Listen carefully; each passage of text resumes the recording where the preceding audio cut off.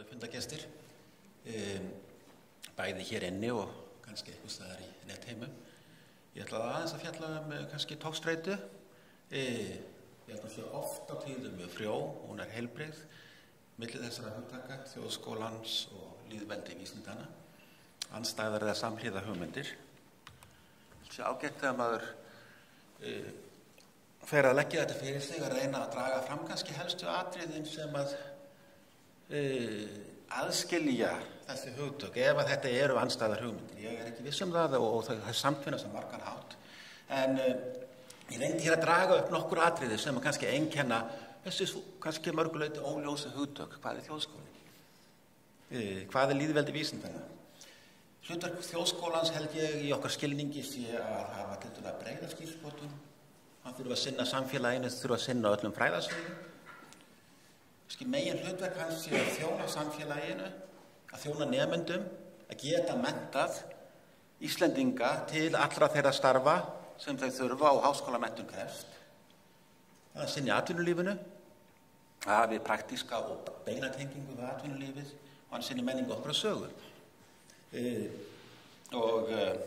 Við getum síðan hort á lýðveldi vísindanna eða Republica Scientiarum.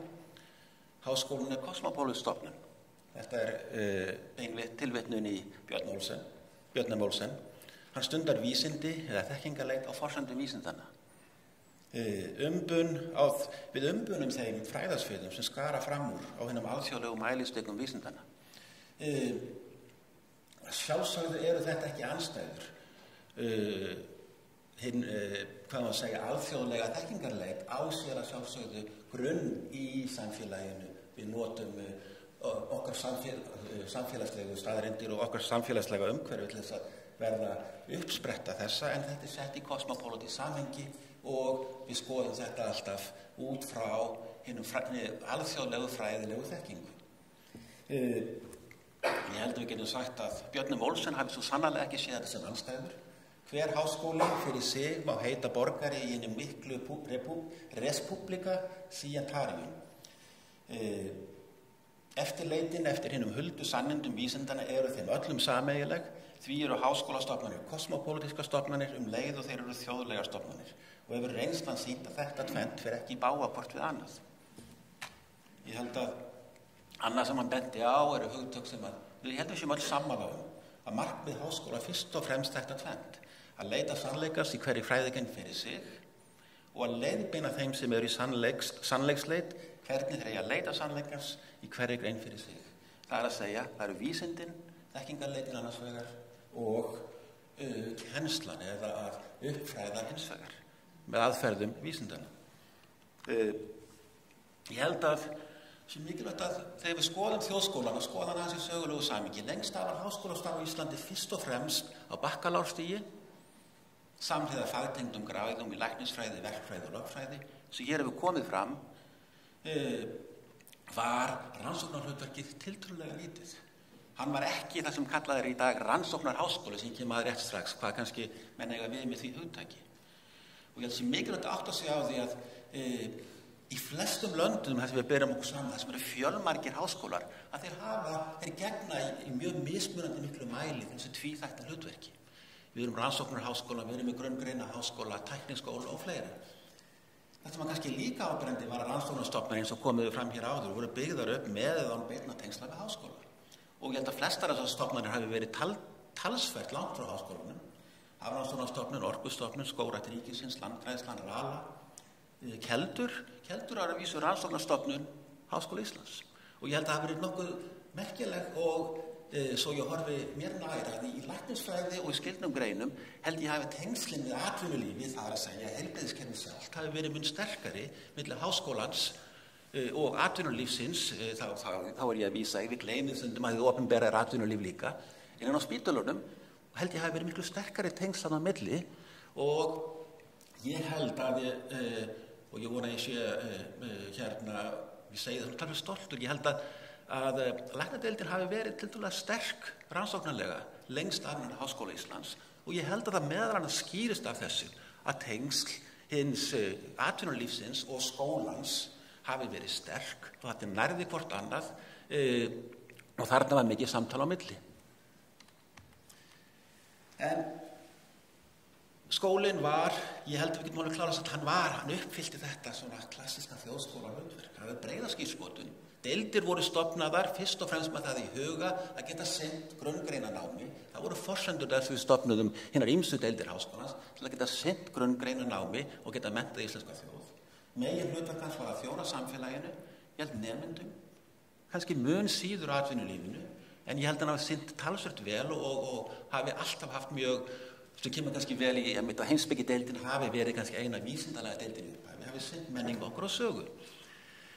En lengst af í sögu háskólans lagði hann ekki mikla áherslu á þetta kosmopolítiska hlutverk.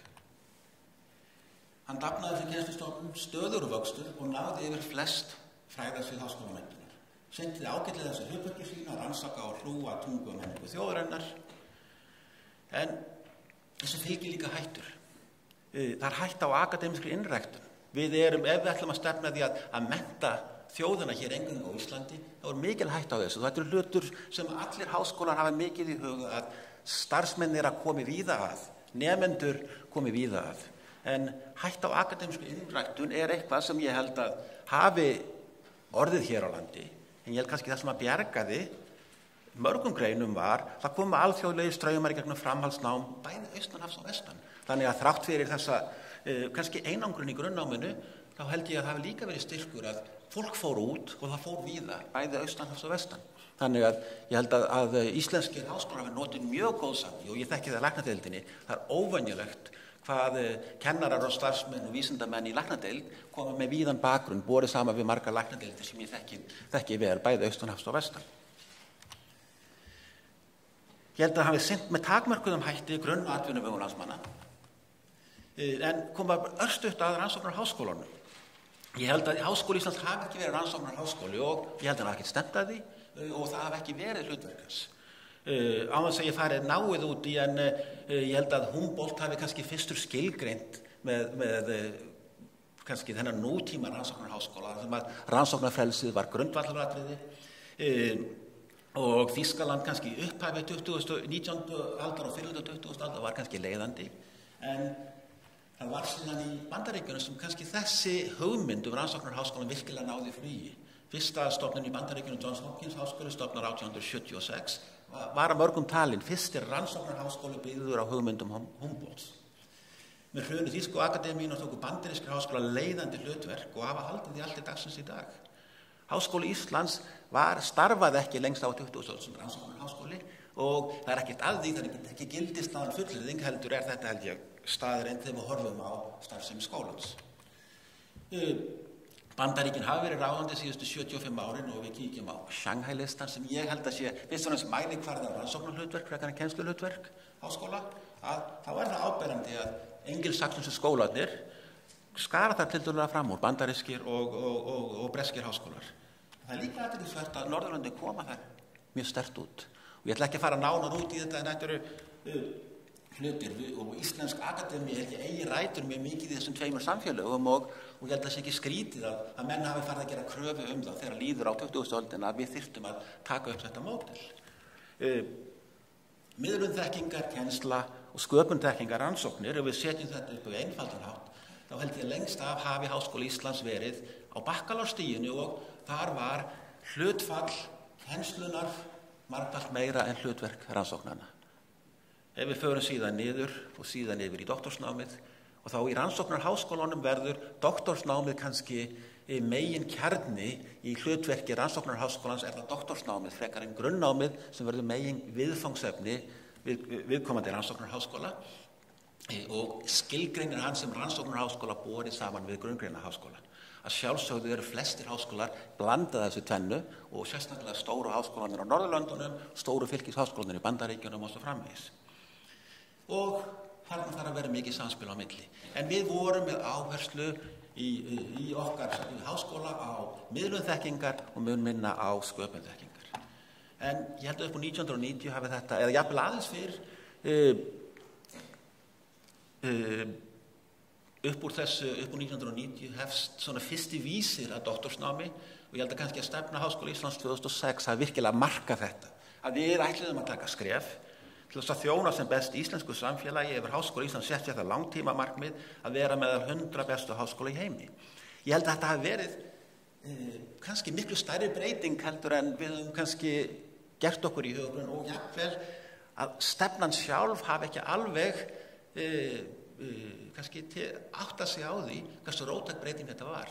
Við vorum allt í einu að fara að keppa á mælikvörðum, Shanghai mælikvörðum til dæmis, sem eru fyrst og næst mælikvarðar á rannsóknarháskólana.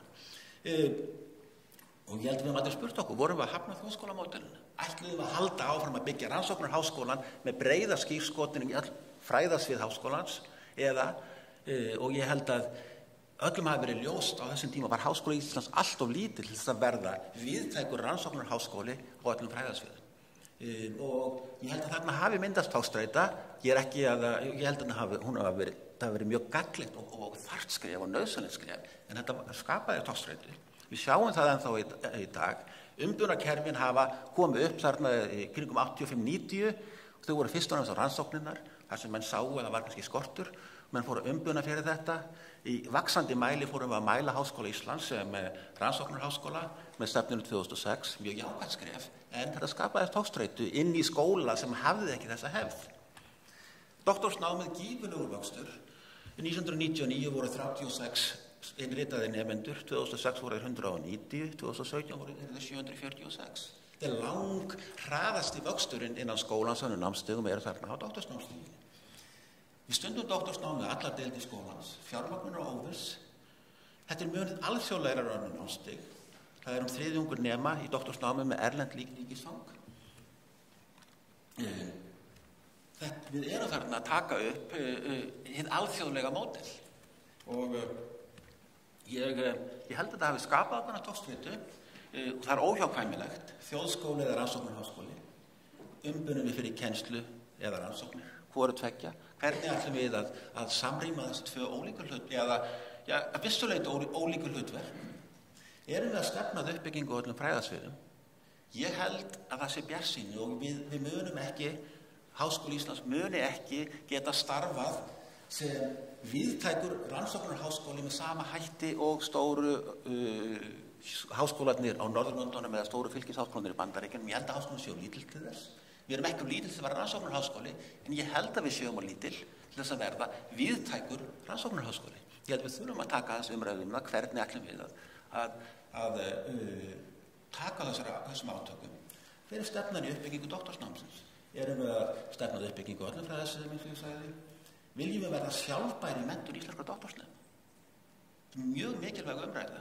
Ætlum við að gera kröfu það þegar við ráðum kennara við Háskóla Íslands, ætlum við að gera kröfu það að þeir hafi reynslu frá öðrum háskólum. Þetta er mjög víða gert.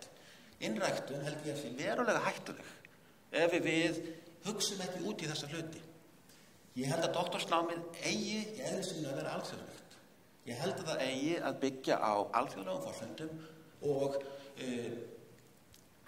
skráningin eða rekrútment inn í þessi prógram eigi að byggjast á alþjóðlegum forsendum. Það eigi að vera augljóst alþjóðlega. Að sjálfsögðu munu íslenski nemar vera þar áfram verulegu hluti, en ég held að þetta eigi að vera byggt á alþjóðlegum forsendum.